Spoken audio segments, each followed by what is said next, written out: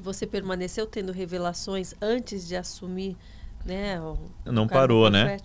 Não parou. Só que o que acontece? Quando eu assumi o pastorado, geralmente um profeta ele não é bem visto, né? Por que ele não é bem visto? Ele não é bem aceito. Os pastores ainda se aceitam e é muito mais fácil me identificar para outros pastores como um pastor do que como um profeta de Deus, né?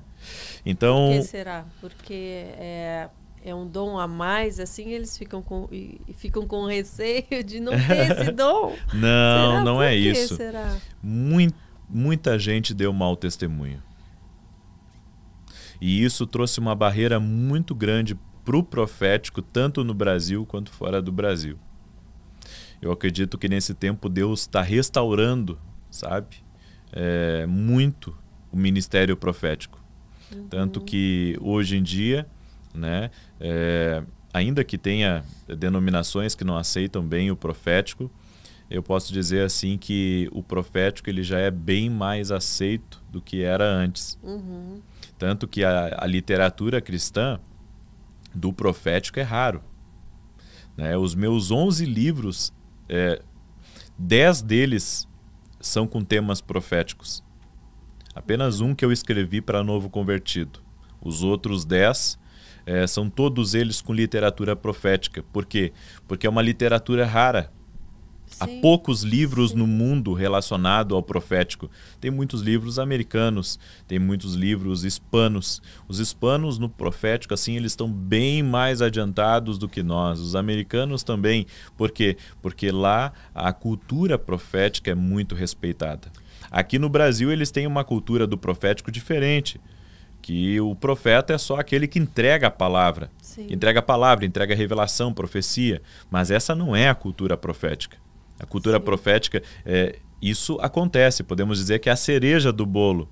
Mas o profeta, o principal chamado dele, não é só entregar a palavra profética e revelar a vida das pessoas, mas é ensinar para as pessoas a importância de ouvir a voz de Deus, de como Deus fala, de como Deus se revela.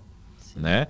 A Bíblia fala ali em Efésios capítulo 4 que os dons do ministério ou os dons de Cristo, eles são para aperfeiçoar o corpo de Cristo.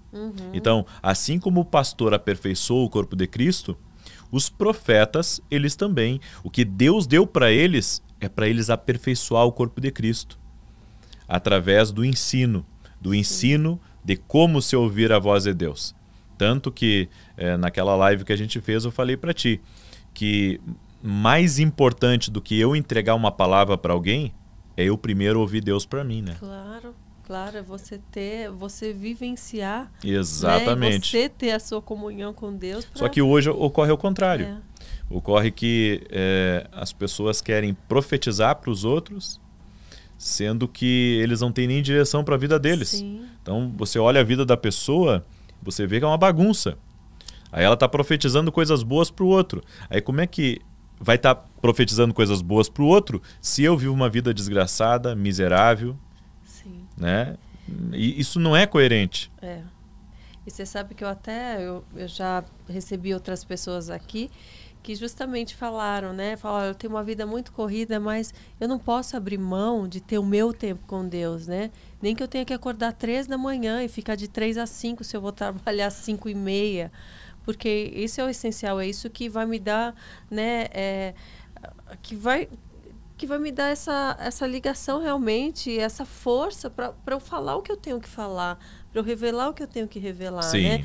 Mas isso pode acontecer. Eu vi até um testemunho da Joyce Meyer, né?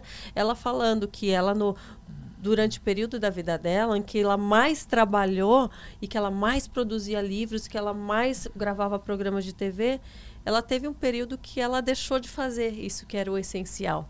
Então, o que ela fala hoje, justamente para alertar as pessoas que quanto mais a gente está produzindo, né, seja para o meio cristão ou para outro tipo de trabalho, quanto mais a gente produz, isso não pode fazer com que a gente tenha menos tempo com Deus, né? E é isso que você falou, né? E muitos acabam deixando de lado, mas eu estou produzindo para o reino de Deus, estou produzindo, mas está esquecendo, né, de ter aquele momento a sós mesmo. Eu creio que o verdadeiro sucesso de qualquer cristão é a vida que ele tem em oração. Eu duvido que um cristão ele possa, né, servir os outros se ele estiver vazio. Sim. Né? Sim. Na verdade, esse é o princípio da queda de muitos. Tá? Porque as pessoas elas começam a servir muito a igreja, lotam as suas agendas. Às vezes já tem uma fórmula de falar, Entendeu? que já vai no modo automático, né? Só que é o Espírito que vivifica. Então, se a pessoa ela estiver fraca espiritualmente, as pessoas não vão ser tocadas, né? E ele vai cada vez ficar mais para baixo. Sim. Porque as pessoas vão ser abençoadas pela nossa palavra, mas se nós estivermos bem. Sim, claro. Por que nós vemos tantas pessoas com falhas de caráter? Porque acabaram deixando, né, a sua comunhão com Deus. Sim. O homem, quando deixa a sua comunhão com Deus, Karina, ele fica selvagem, ele fica carnal e ele começa a fazer coisas erradas.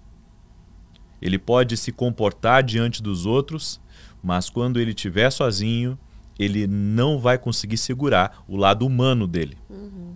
É por isso que eu posso dizer e afirmar para ti que somente se tivermos uma conexão forte no Espírito, para que a gente venha se manter, né, na perfeita vontade de Deus. Uhum. Fora disso, é impossível.